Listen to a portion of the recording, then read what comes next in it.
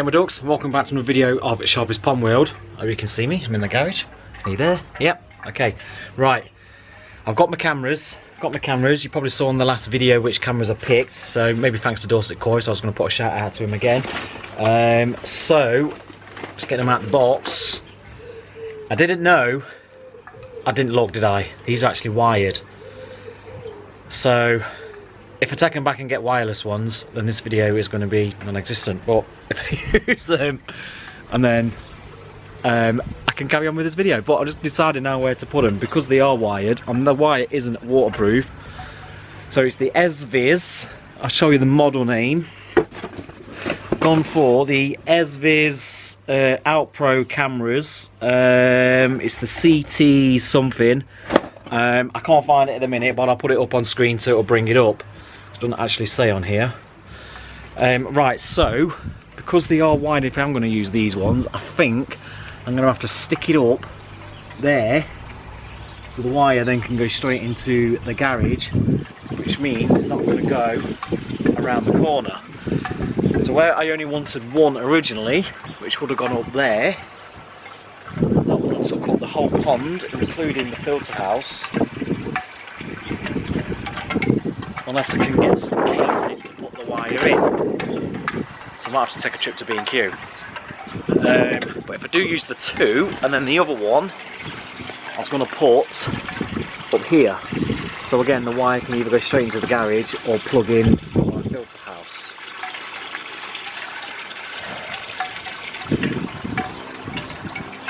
Yeah, so I did buy three, so I was just going to put one on the pond, one on the back of the house, and one on the front of the house.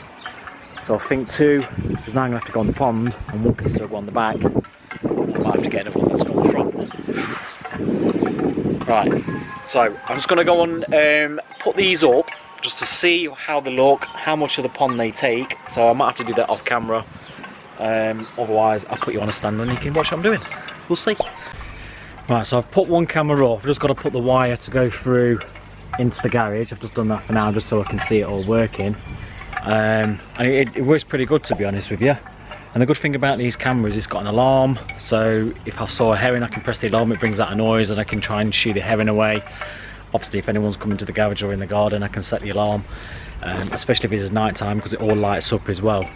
So that's really cool. And I've also set it up to the Amazon Fire Stick, which I'm going to show you now. So I can sit on the comfort of my own sofa. So that's the view that the camera has got.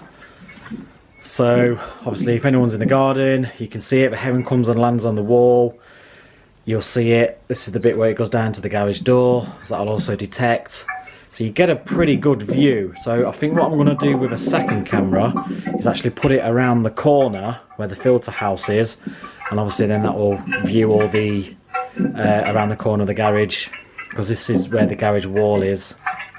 But obviously need another one around there, and I'll keep an eye on the filter house. And then I can just put another one on the back of the house to take up all the patio area. So I'm pretty chuffed with that. You can see my fish. I know it's flickering because the camera on the TV. You can see my fish, so I can sit on the comfort. The only thing I'm not worked out, if I can zoom in on the TV or not. I don't think you can. Obviously if I was looking on my phone, I can actually zoom in. It's not very clear on there, but no, I can't do it on the TV. Also, I've noticed on the TV, so if you was looking on your phone, there's a few seconds delay on the TV, because we tried it. I got my son to go out and he's still there next to the pond when he's actually ran back into the house. So yeah, there's a few seconds delay. So on your phone, you can't really tell about the seconds delay on there, but in terms of zooming in, if I wanted to zoom in on my phone, obviously I can do that. So zoom in on a certain fish when they come into shot, there you go. But I don't think you can do that if you're doing it on the Fire Stick on the TV.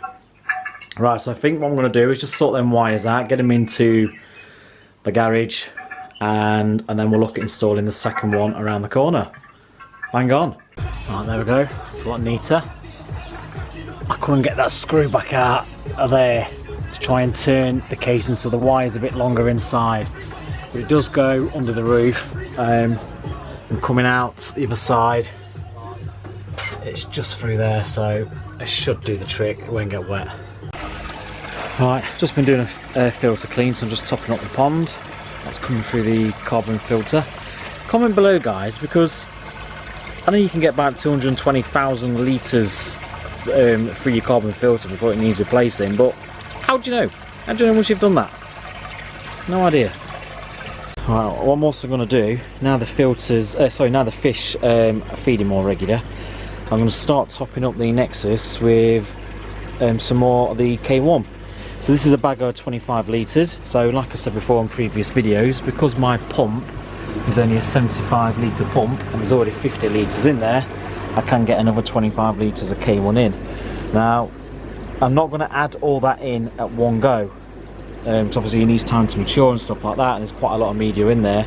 So every week, every time I do a filter clean, I'm just going to top it up with a few handfuls. It's going to take a few weeks, but gradually as we get to the summer, that'll all be topped up a load more. So let's get that done.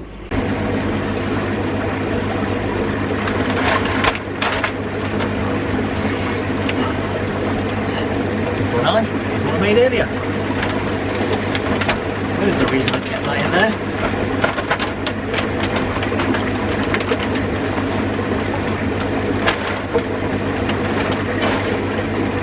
It's hard to imagine that when I first bought the Nexus, the K1, was that white. Let's have a look at it now.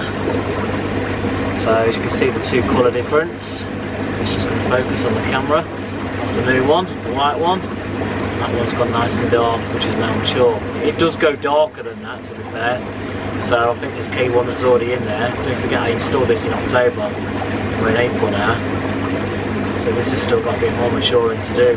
Hence why I'm going to keep my box filter going for a bit longer.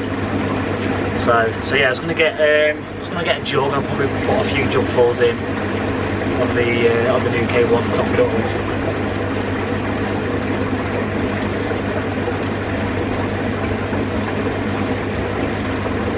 Obviously, this is 1 litre jug.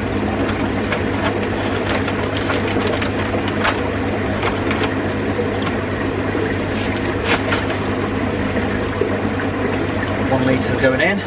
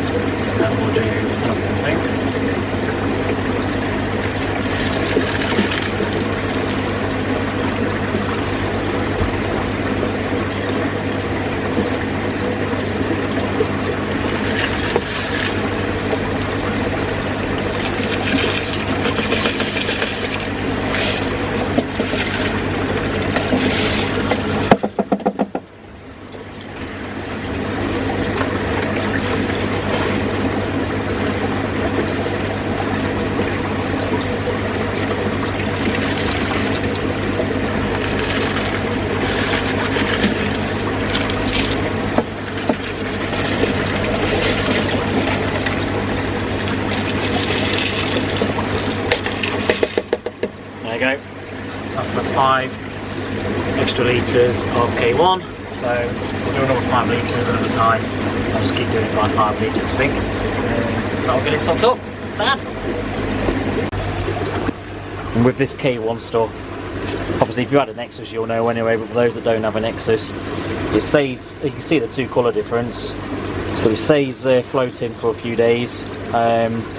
Obviously because there'll be quite a bit of waste in there, it shouldn't take too long at all, and then this will just start going bubbling away just like this, and then gradually over the next few weeks it will start changing colour. Let's put the light on a bit so you can see. So look at that for the colour difference. So yeah, it only takes a few days. I remember when I first set the Nexus up, this didn't take long at all. Again, go back to the Nexus video when I installed it and I did the full review. You'll see how many days it took for it to start going all like that. So it won't take long. so it just all sticks to the side for now. So I'll just come around every day and make sure any that's come up the top just push back down in the water, which you can see just under there now. So let's just move that around a bit. Just keep it going. So yeah, we get all this slowly topped up. I could do it all in one go, but I don't want to take any risks, so I'd rather do it bit by bit. It's not gonna harm anything. I think it'd be more beneficial to do it that way. Bubbling and clean in a minute, because obviously we've done a thick filter clean. I took a bit of note from Vince at Twisted Koi. He's got an Easy Pod, and when he's bubbling his Easy Pod, he does it for a good 45 minutes, keeps it bubbling. So a lot of people that got a Nexus or Easy Pods, they might do it for 5, 10, 15 minutes. Obviously Vince was saying it's a good thing to do is do it for about 45 minutes, so that's what I've done. And the amount of crap it brought up, and I did that twice as well, so it was a good suggestion from Vince to do that, so cheers.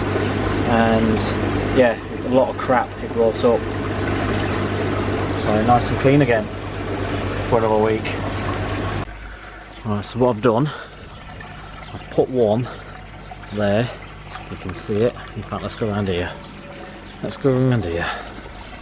The sun's shining as well. Alright, so one's there, and that's pointing down at my water returns. So when I'm away on holiday, like I am in August, I'll be able to see if my pumps have failed or not, because I can see my water returns. So if no water's coming out of my filters when I'm away, I can alert the person that's looking after my fish, and I can get it sorted out.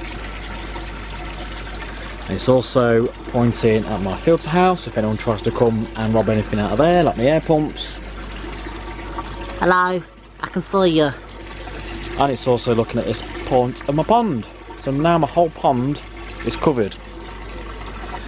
Right, one downside to these cameras, you ever thinking about getting these cameras? I can stand here with my phone, Wi-Fi works, I can sit on my rattan, Wi-Fi works perfectly. Kids can sit with the iPads, Wi-Fi works on the phone. These cameras are shocking for the Wi-Fi connection. It works, don't get me wrong. This one at the back especially can be quite laggy, but as soon as your signal drops slightly, even though you can still get a signal up there, you don't get no signal on there, or that one.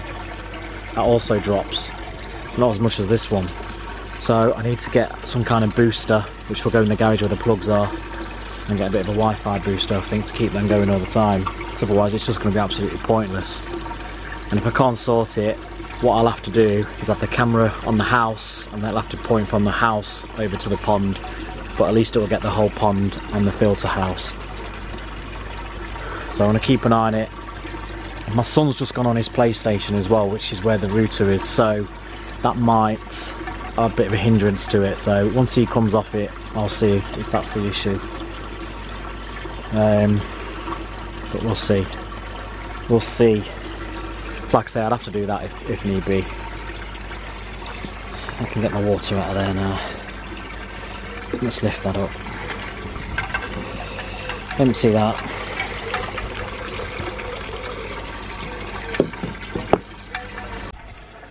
Right. Switched on the light. Just wanted to show you these cameras. So if we had an intruder at night, I can set the alarm. It lights up. There's the warning. Scare them away. Even scare the heron away. Or if I wanted to, I can go like this. And decide to load on my phone. Wait. I can see you. Bit of a delayed reaction. Oi, YouTubers, get out of my garden.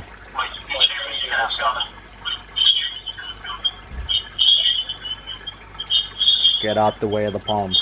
Get out the way of the pond. But I like the alarm, especially how it lights up.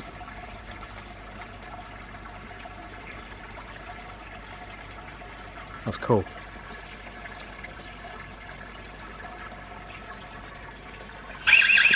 Of course, same for the one on the back. Cool, isn't it?